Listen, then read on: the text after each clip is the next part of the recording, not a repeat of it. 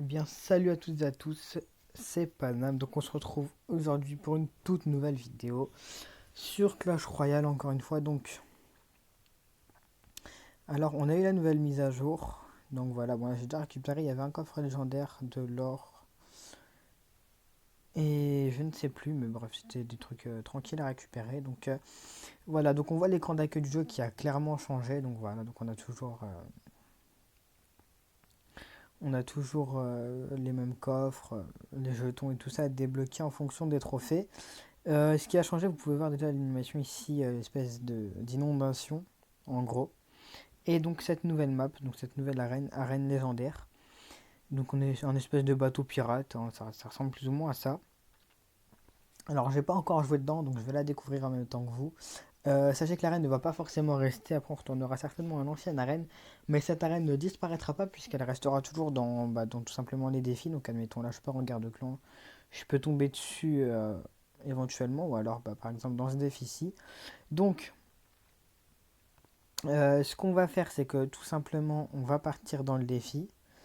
Et juste avant, pour vous présenter un petit peu la nouvelle carte, et puis tout simplement ici, cette nouvelle chose, alors a priori pour certains, ils aiment pas trop, mais moi je vous assure que c'est quelque chose d'hyper bien. Donc, soit vous achetez le pass à 5,99 € ou 49, je sais plus, voilà, 49.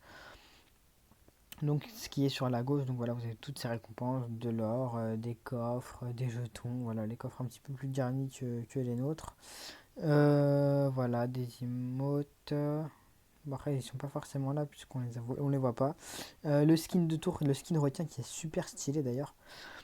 Et en fin de saison, le coffre légendaire. Donc à gauche, ici c'est payant, à droite c'est gratuit. Donc on a donc le coffre légendaire au bout du 35e. Et après, bah, ça marche tout simplement comme des coffres à couronne habituels. Alors, qu'est-ce qui change au final? Et bah, au final, tout simplement, on a plus de coffres par mois qu'avant, puisqu'avant on en avait 92, je crois, et maintenant on en a 102, donc ce qui vous fait 10 coffres de plus et un coffre légendaire qu'on n'avait pas avant, donc tout simplement c'est super. Voilà. Et aussi avoir quelque chose d'important, c'est que tout simplement c'est mieux fait qu'avant dans le sens où si vous êtes un joueur qui ne joue que le week-end ou qui n'a pas trop le temps et qui se reconnecte par exemple en fin de saison, vous pouvez faire toutes vos couronnes en une journée. Donc c'est-à-dire que vous pouvez partir du coffre 1 au coffre 35 en une journée. Bon bien sûr c'est 350 couronnes donc c'est énorme. Mais voilà, donc si vous n'êtes pas quelqu'un qui a le temps de jouer forcément en semaine, sachez que avant on ne pouvait accumuler que deux coffres et maintenant tout simplement on peut les enchaîner tous d'affilée. Donc si vous avez envie de rusher vos coffres et qu'en fin de saison vous ne l'avez pas fini, eh bien vous pouvez le faire donc vous ne perdez plus de coffres finalement. Le pass a aussi un avantage, c'est qu'il débloque vos coffres automatiquement, c'est-à-dire qu'admettons en pleine nuit là j'ai un coffre, il s'ouvre et sinon et bah tout simplement il se referme. Enfin, il s'ouvre et le coffre d'à côté se déverrouille automatiquement, donc on n'a plus forcément besoin de se connecter pour ouvrir nos coffres. Après, voilà, on a le petit. Bah, justement, ça tombe bien que cette personne de mon clan le fasse. Le petit logo en or, enfin notre pseudo en or, donc voilà, doré, voilà, vous le voyez ici. Donc, bah voilà. Ça tombe bien qu'il demande la carte. Salut à toi, le Joe, si tu regardes ma vidéo. Donc voilà. Donc ensuite, ici, donc le défi. Donc on va partir dessus. Je vais essayer de prendre le pêcheur si je peux. À moins que ce soit vraiment une carte trop compliquée à défendre. Est-ce que je l'ai? Je ne sais pas pour l'instant. Ah oui, non, c'est notre deck à nous. Donc je ne l'ai pas. Faut que j'arrive à le prendre pour moi. Alors ça va faire super mal le prince. Mais je vais pas le défendre. Parce que mon but c'est juste de vous montrer le pêcheur. Donc si je perds, et ben je perds. Donc voilà. Donc là vous allez voir comment il fait. Donc en fait il va pas aller taper tout de suite. Bon par contre il tape pas les rien. Est-ce qu'il va pouvoir au moins attirer la princesse? Voilà. Donc il attire juste la princesse en fait. Donc enfin il attire les troupes tout simplement. C'est pas que la princesse. C'est qu'il attire toutes les troupes. Alors dommage il attire pas les troupes aériennes. J'aurais pensé à la base. Mais du coup non. Donc soit je le débloque là après, soit je vous le débloquerai à sa sortie. Alors, je pense que vous finirez tous par l'avoir. Donc là, normalement la Valkyrie on va la dépop. On n'aura pas forcément besoin de rajouter. Du coup on va se faire un petit push, ça tombe bien, il a pas réussi à tuer le PK. Voilà. Donc, bon, c'est dommage, le pêcheur va partir encore une fois à gauche. Pourquoi il part à gauche à chaque fois, je n'en sais rien. Et donc, du coup, voilà, il va crocheter la tour, dash dessus, et puis ensuite faire ses dégâts. Donc, c'est une carte assez sympa, comme vous pouvez le voir, elle fait assez mal. Alors, toute seule, forcément, elle ne tue pas la tour, mais elle fait ses dégâts quand même. Donc là, non, il réapparaîtra pas tout de suite. On va essayer de garder le sorcier en vie. Non, c'est raté. Et par contre, on a notre Valkyrie qui doit taper. Donc bon, comme vous pouvez le voir, alors ça, je pense que ça fait la différence. Bon, on a aussi notre Valkyrie qui peut faire la différence. Voilà. Là, il va la voir. Donc là, voilà, il attire la Valkyrie. Alors c'est une bonne chose, mais pas tout le temps, parce que là, vous pouvez voir que finalement, bah, il a attiré la Valkyrie. Et du coup, bah, il s'est limite fait des pops.